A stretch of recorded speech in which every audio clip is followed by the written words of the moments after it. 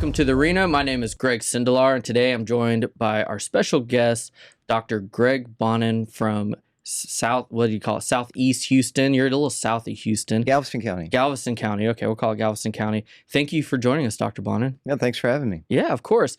Well, the purpose of my show really is to get to know a little bit more about our elected officials, why they got into the arena, the things that they're doing for the people of Texas. And so let's maybe take a step back and, we'll cover a lot of ground here, but I'm curious hear a little bit about your story. Tell us about where you grew up. Obviously you went to med school, you're a wonderful neurosurgeon, but tell us about your journey and why you got involved in state politics. It's a very interesting question. So I grew up in Angleton, Texas, which is about 42 miles south of Houston on Highway 288. So southern Brazoria County. I drive through it every time I go to Surfside. Exactly. So north of Freeport and in Lake Jackson. And so the first 18 years of my life, that's where I lived. And then I went to A&M, which was is the only place I ever applied. My grandfather. You had no backup school. I didn't have a backup. My grandfather moved to College Station in the 1920s to teach agricultural economics. So my dad had grown up there, graduated from A&M Consolidated High School, and oh wow, I had 39 kids in his graduating class in 1954, and graduated from A&M in 1958. And then it was the only school I applied to go to. So after 4 years at A&M, I moved to Galveston. And my wife and I lived on the island for 12 years. And then for the last 25 years, we've been in the north part of Galveston County. But the question of how you ended up involved in state politics is also a little bit not what you might expect, for example. So I would say that just as a kid growing up, I was a little bit different in that I was interested just instinctively in what was going on in the world. Mm-hmm. I was aware of the current news, and I'd look at the newspaper, and other kids just didn't seem to be drawn to that information, if you will. But yet I was, and I compare it to, like, I'm the oldest of four, and I have a brother that was very mechanically inclined, mm-hmm. and bought an old car and put it in the garage, took the engine completely apart and put it back together.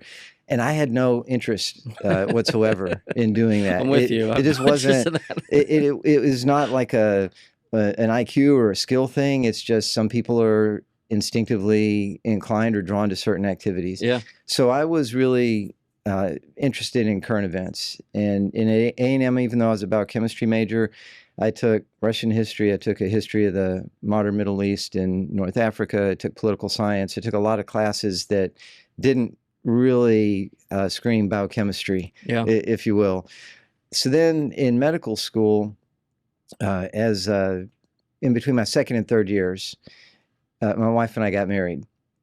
And I was still interested in, current events, but the legislature decided that in this age-old battle to get more rural primary care physicians, that third-year medical students should all have a required rotation in rural primary care. Okay.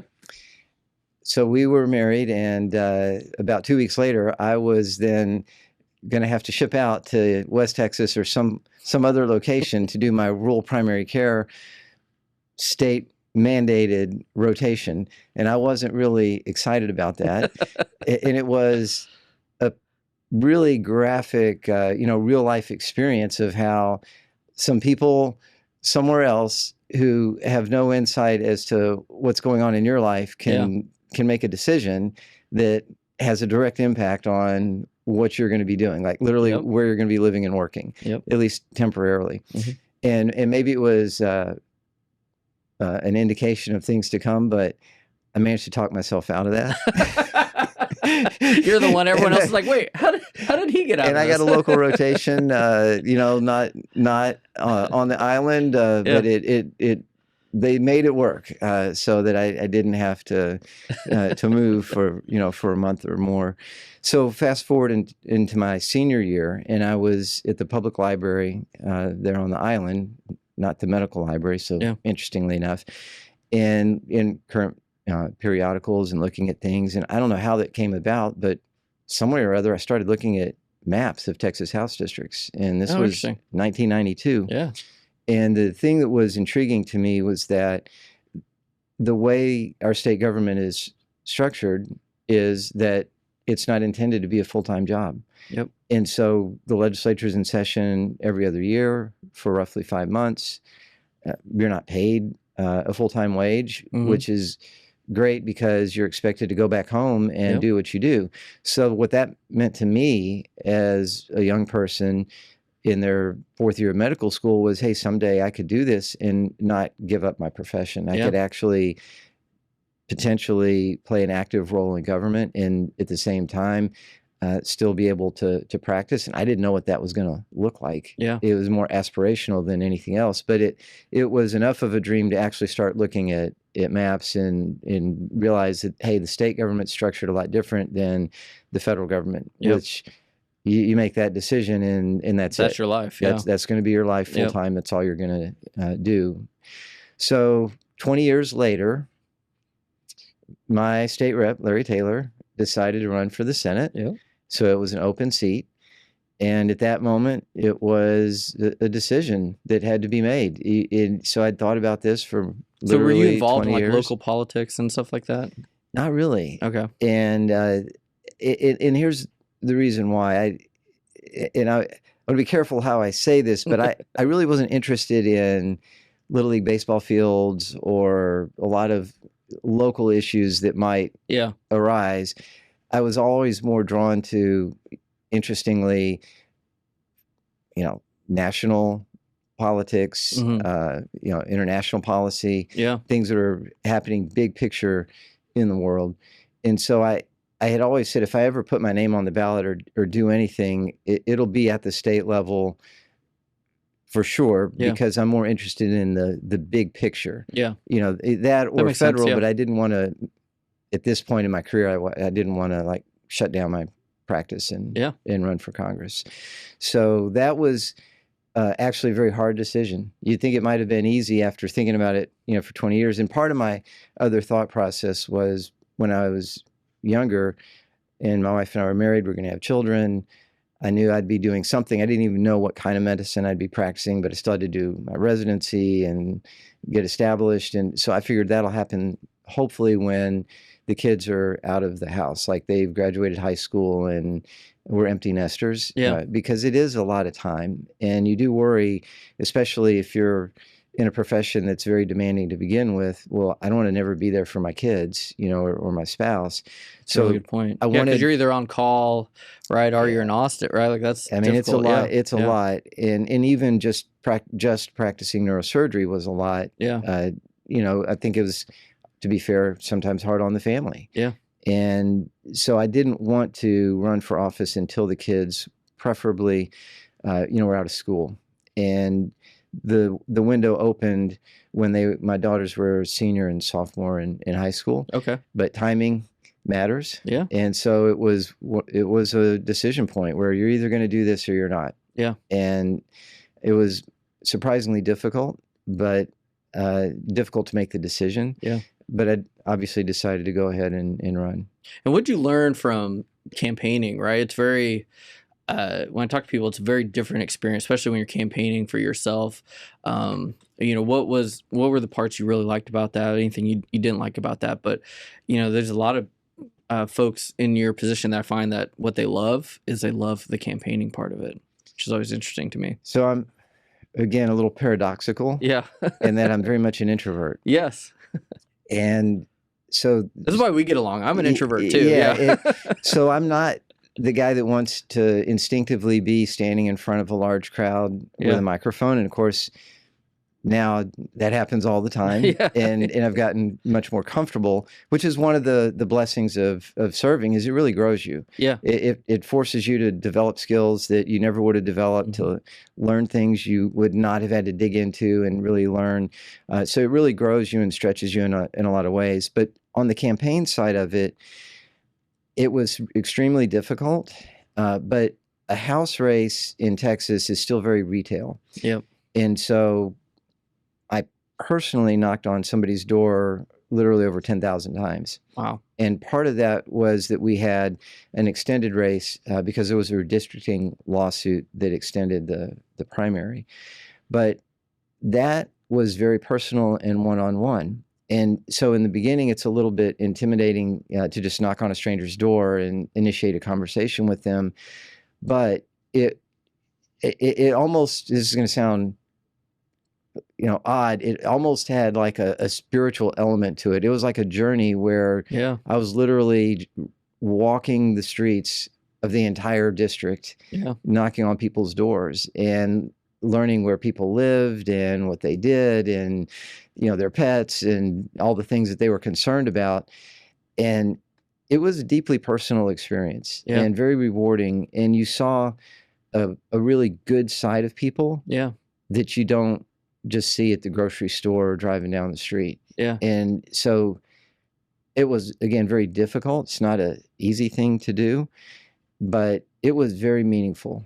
And to this day, there were relationships that, came from that experience and still, people remember, hey, I remember visiting with you when you came by the house. And so that was probably the good part of it.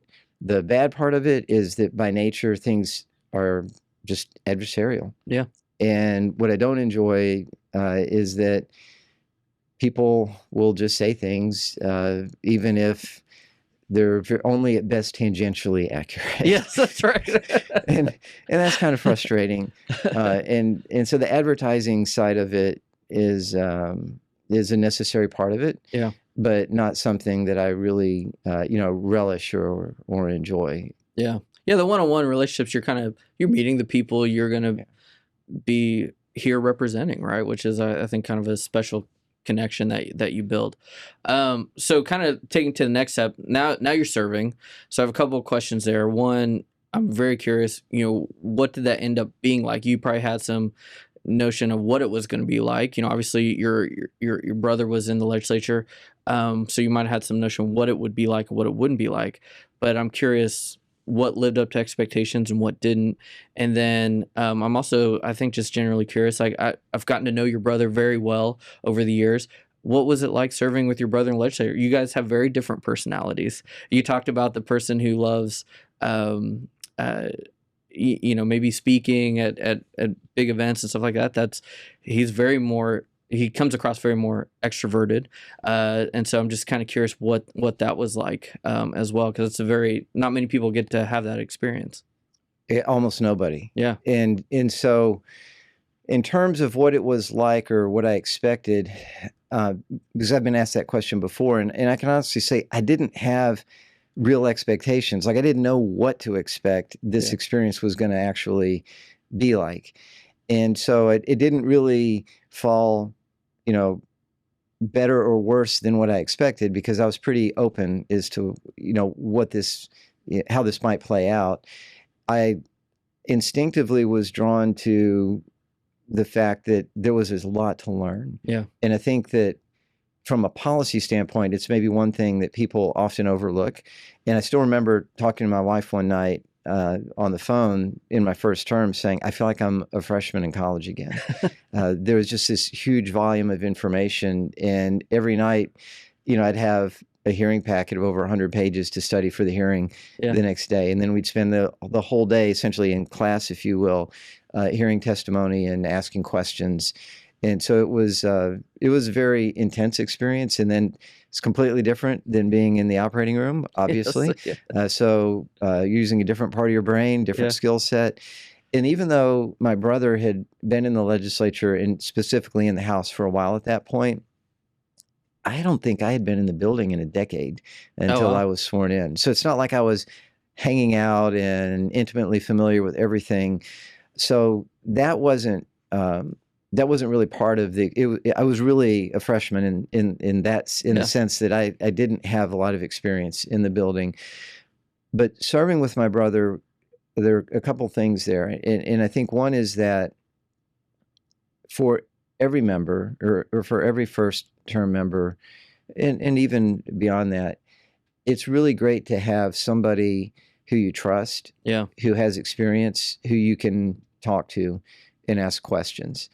And basically, you can call that a mentor or whatever term you want to call it. And we actually encourage freshmen, hey, just find somebody that you feel philosophically aligned with, who you trust, and get to know them, and don't hesitate when you're not sure what's going on or what's going to happen next. Ask them questions or run things by them. So I kind of had that person built in. Obviously already knew my brother. He was already very experienced, and I trusted him. And then in terms of the differences between us, I think one of the things our colleagues saw was that ideologically we were both very conservative and very aligned, which I think they were wondering, are these guys going to vote the same way? Are they going to vote different? Or are they going to be on the same or different sides of issues?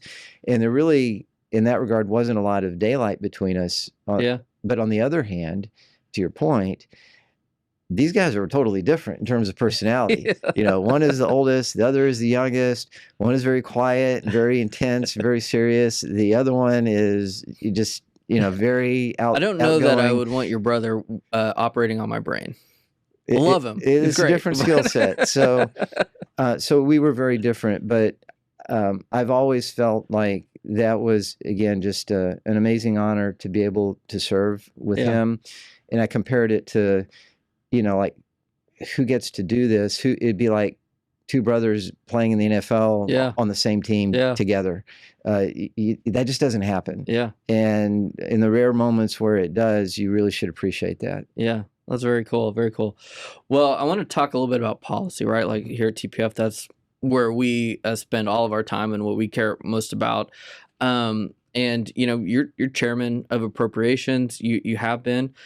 Maybe most people think, oh well, doctor, you'd probably be working on maybe chairman of Health and Human Services or something like that. What is it that got you interested and so involved on the appropriation side, and kind of talk to us a little bit about where you see the budget going this session, as we haven't even hit budget night yet in session, right? Which is one of the marquee nights, I would say, in every legislative term. But kind of curious your thoughts on where that stands as well. Sure. So as a first-term member, that was my big ask. And for whatever reasons, I decided I really want to work on the budget. I actually didn't have a strong interest in public health or human services or these other committees.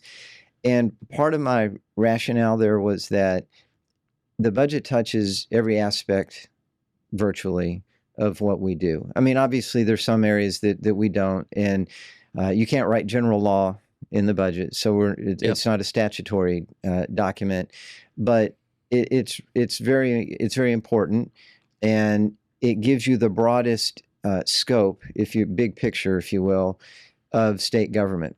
And if you really want to learn about how our government works in all the different agencies and their functions and what they do, you get the broadest education to state government from the Appropriations Committee. And so that was part of the attractiveness of it to me. The process is very front-loaded, so we've been working really hard since committee assignments came out, where other committees are kind of ramping up and bills are being referred. We've already got a base bill. We start usually 8 o'clock in the morning, and so the committee is known for long hours, early mornings, and a huge volume of material. That sounds like something a surgeon would be quite, comfortable doing. Yes, right. Whereas some of my colleagues might not be instinctively drawn to that. And so it just seemed like a fit. And I've really enjoyed it. It's been a tremendous experience. And if you want to really dig into the details of what's happening, it's a good place to be. In terms of process, I think of the budget as a bill, because the process is pretty much the same type of process that any other piece of legislation would go through. So there's an introduced version of the bill, and we call that the base bill. So the chair of Senate Finance, the chair of House Appropriations will, in the respective chambers, file that first version of the bill. We work together prior to session to put that together. And I love working with Senator Huffman, had a tremendous experience with Senator Nelson, now Secretary of State Nelson. And really there was never much daylight between us, and I think you've seen that in the introduced versions in each chamber. They're very comparable, almost identical documents, but there's an initial version and then the committee, so it's referred to committee, and the committee then takes up that piece of legislation. Now, because it's so expansive, we break into subcommittees in the House or work groups in the Senate, and these are smaller groups that will then focus on a specific part or component of the budget and do a deeper dive. So the full committee will hear testimony from some of the major budget drivers, the bigger agencies where most of the money tends to flow, some of the more high-profile issues, if you will. But then the subcommittees will literally go over every single agency, every issue that's under their purview, and then ultimately we'll have a work product that is the committee substitute, if you will, for the budget, which is no different than any other piece of legislation referred to a committee. A committee sub with changes is produced many times, and then that's what is voted out of committee. And that's kind of where we are now, is that we're finishing up the committee sub, if you will, for the budget. And then in the next couple of weeks, you'll see it voted out of committee, and then it'll go to the floor. Yep. And just like any other piece of legislation, the full House will take it up and consider it. There, in the House, are usually hundreds of amendments. And so for us, you got to wear comfortable shoes that night. The budget is many hours on the floor of the House. So that it's not a bill that you take up and an hour or two later you're done. It's into the evening to manage to work through the whole document.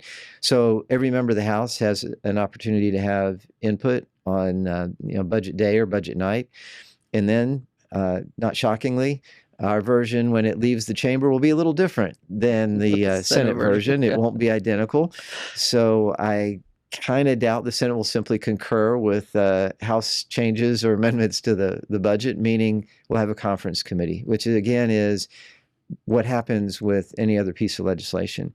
And so the conference committee is typically composed then of the respective chairman, and then the 4 work group leaders or the 4 subcommittee chairmen, because they took the lead on those different components. And then we get together and resolve every difference that there is between the 2 chambers. And then that'll produce a conference committee report, which will be a shared work product of the House and the Senate that is the same. And then each chamber approves that conference committee report, and that's the process for producing a budget. So we're finishing up the committee process and looking at moving the budget to the floor in the next few weeks. Yeah, and that's the one thing you have to do. Like it's the one thing we're constitutionally required to do. So technically the legislature could show up, pass a budget, and go home. It never happens that way. It doesn't happen that way. Some would argue we'd be a lot safer and better off if that was all that we did. That's right, yeah. But it is the only document that the Constitution requires that we have to produce. And it's a 2-year budget because we have a 2-year cycle. Yeah. So sometimes that's the other thing. Maybe nuance, but 2 years, and then our fiscal year actually begins on September 1st. So it's not a calendar year. The federal fiscal year starts on October 1st. So these are all a little bit different. But we start on September 1st, and then we've got a 24-month cycle. Yeah. Well, and one of the things that happens when on budget night in the House, you talked about the series of amendments, but kind of going into the next policy issue I want to hit on is for many sessions, there's always been the amendment of the school choice test vote is what I'd call it, right? Like the Herrero amendment. I know he's not the one who's always carried it, and obviously he's not there this session, but that's been a common theme, right? And it kind of shows where the support for school choice is. And obviously this will probably be known as the school choice session. It's moving along very well, something this foundation has supported for many, many years. But you were voting against that amendment before it was cool, right? Like when they were just... Meaning I was voting for school choice. Yeah, you're voting for school choice. Against the amendment that would strip school choice, you're voting for school choice when there were just a handful of people really doing it. Can you talk to me a little bit about why you've been such a strong supporter of school choice throughout your career? Because you've always voted against that amendment for school choice. Yeah, so as a freshman in 2013, this proxy vote, if you will, or test vote, came up on the budget. And that was the first moment where I had to go on the record taking a position. And as you said, it wasn't as popular. There wasn't as much energy behind school choice in 2013. And so for me, it was a question of, well, what's just the right thing? Because I felt like in my district, which is a really amazing group of people and a very conservative district, we love our public schools. And I went from kindergarten through neurosurgery residency. I'm a product of public education in the state of Texas. Same here. My daughters, we sent to the local public school. We moved to, Friendswood where we live because it's a great, school district. But at the same time, I really felt fundamentally that it was important for parents to be able to do what was best for their kids. And it was tough because it was like a 50-50 deal. I felt like, well, there's not a strong consensus. And so you can look at that as, well, either way I can't win, or you can look at it as either way I do win. Yeah. And for me, it was just, well, this is just fundamentally what I believe is the best policy. And that's why I've been voting that way 100% ever since. At that time, Governor Abbott was Attorney General Abbott. So I love to point out I've been voting for school choice since Governor Abbott was Attorney General. And to your comments that the votes weren't always, there, even 4 years ago, we had that same vote on the budget, and I think it was less than 40 of us who actually supported school choice. And that was very interesting for me personally, because at that point I was the chair of the committee. So I'm the chair of the committee, I'm the author of the budget, and I'm voting on the losing side with, less than a third of my colleagues in favor of this issue. But that was just what I believe to be true. And then Governor Abbott's obviously been a huge leader, and it just has really moved the issue forward in a way that, so now for the first time in my legislative career, I think I can be on the winning side of that vote. God willing, that's right. Well, last policy issue I wanted to hit before we kind of wrap up and talk a little bit about your district too, is space. Obviously, you're in Clear Lake, you represent NASA, you have the Space Commission. Can you talk a little bit about what the state is doing there and kind of how that interacts with what's happening federally? Because you've been a leader on that. Absolutely. So several things there. First of all, we're living in an amazing time, and we're going to see things that I don't know that our parents or grandparents could have ever even imagined. And right now, from the standpoint of space, if you will, it's really become so much more accessible, and that's increasing to the point that this is really a matter of national defense and national security. And it's not strictly about exploration and discovery, which I think is fantastic. Yeah. But what happens in low Earth orbit and beyond is going to impact every person living on Earth. It really is the ultimate high ground. And we have foreign adversaries that are very competitive and very aggressive. And as the technology is improving and the price point to be able to put assets into orbit is coming down, it's not really an option for the United States. And so for our country and for our state, which is the leader when it comes to space exploration and development, we have to lead. If we're going to lead the free world, we have to lead in space. There's no other choice. The district that I represent, actually being the northern part of Galveston County, JSC, the Johnson Space Center, is in Harris County on the other side of the lake, but many of the people that work there actually live in my community. So there was a point where I think half the astronauts on the International Space Station lived in my hometown. Lived in your hometown? That's awesome. And so that's my current mayor is a retired astronaut. That's awesome. So that's kind of who we are. And and I would add, it's a very old-fashioned patriotic community where we still love this country deeply. and are very proud and excited to display and show that. And we really hold to the values that this country was built upon. Mhm. And so it's an honor to be able to represent the folks that I represent. But this is part of what we've always done, going back to the inception of the space program. And if you look at what's happening in our state right now, there's more happening in Texas than in any place in the entire world. Yep, that's right. And so the human space flight is still managed, International Space Station out of Houston.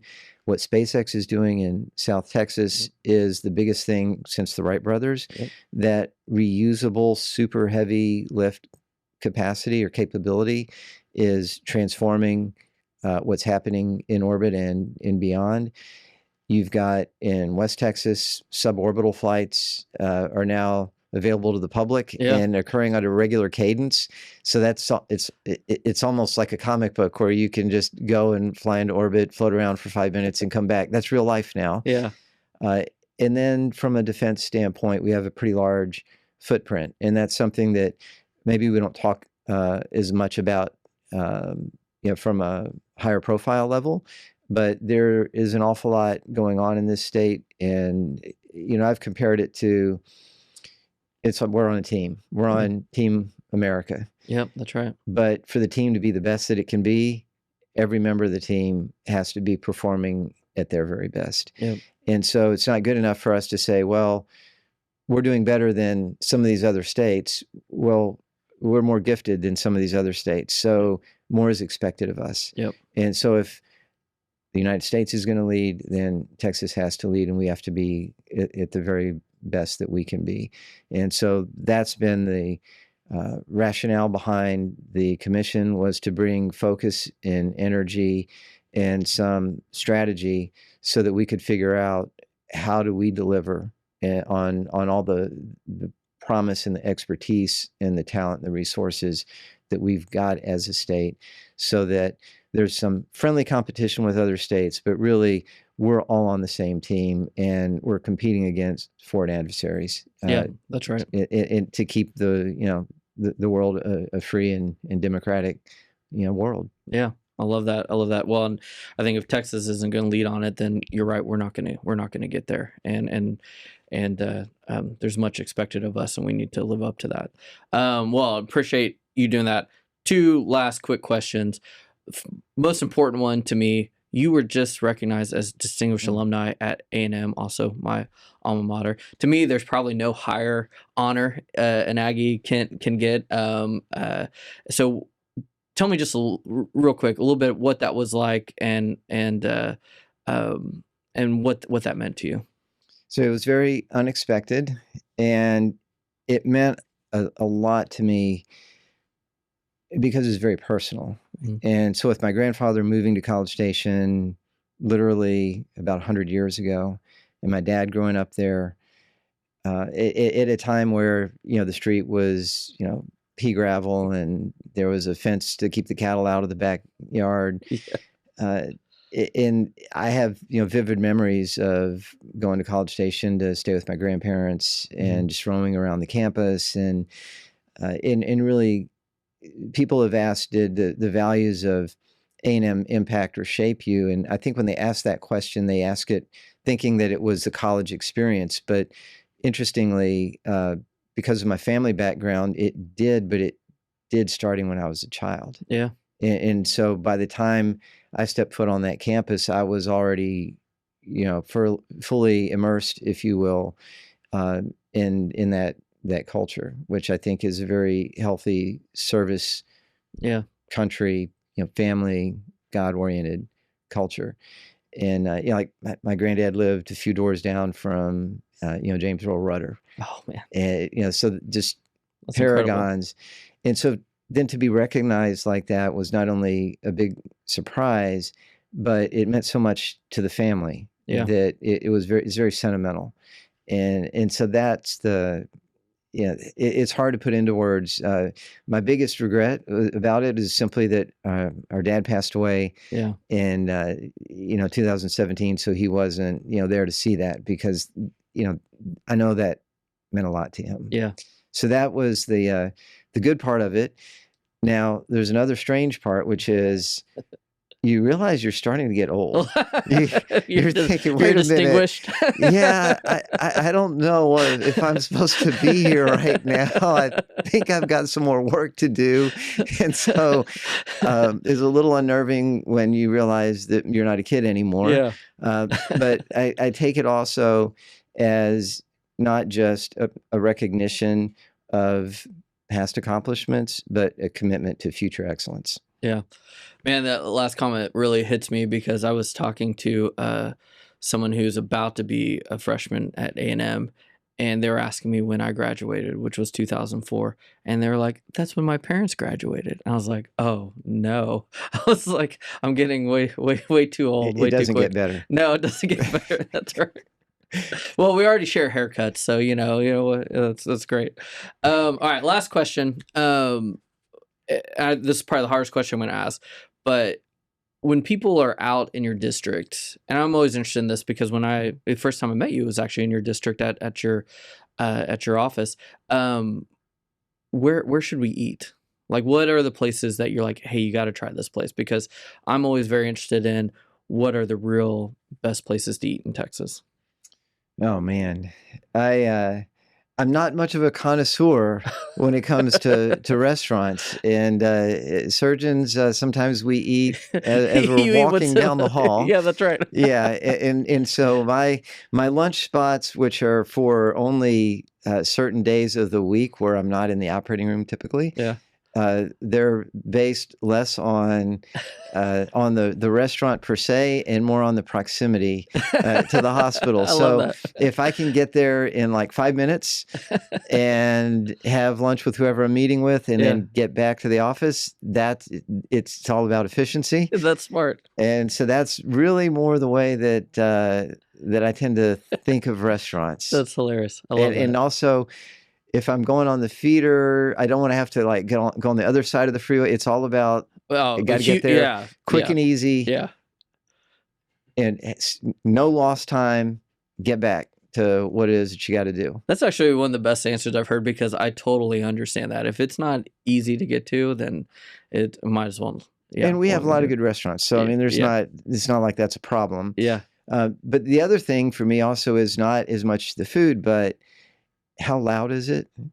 Because I'm kind of soft spoken. Yeah. If I really want to have a conversation, I don't want to be in a place where I have to yell or, if I'm not sitting right next to the person I can't hear. So it's really more about efficiency and the ability to actually have a dialogue and then get back to work. All right. Well, if we need an efficient, quick place, I will come ask you. Down in your I district. can help you with that. All right, sounds good. Well, Dr. Bonnen, thank you for joining us today. Thank you for all you're doing, leading on the budget, leading on so many issues. As we talked about, you were for school choice before it was a thing, and maybe now finally its moment has come. So appreciate you being in the arena. Obviously, you have a busy personal life and professional life with your family and your business and being a surgeon, but I don't think the state would be where it is and would be in the spot it is without your leadership. So thank you for thanks all for of having that. me, and I look forward to continue to work with you. Yeah, thank you, and thank all of y'all for joining us on this episode of The Arena, and we'll see you on the next one.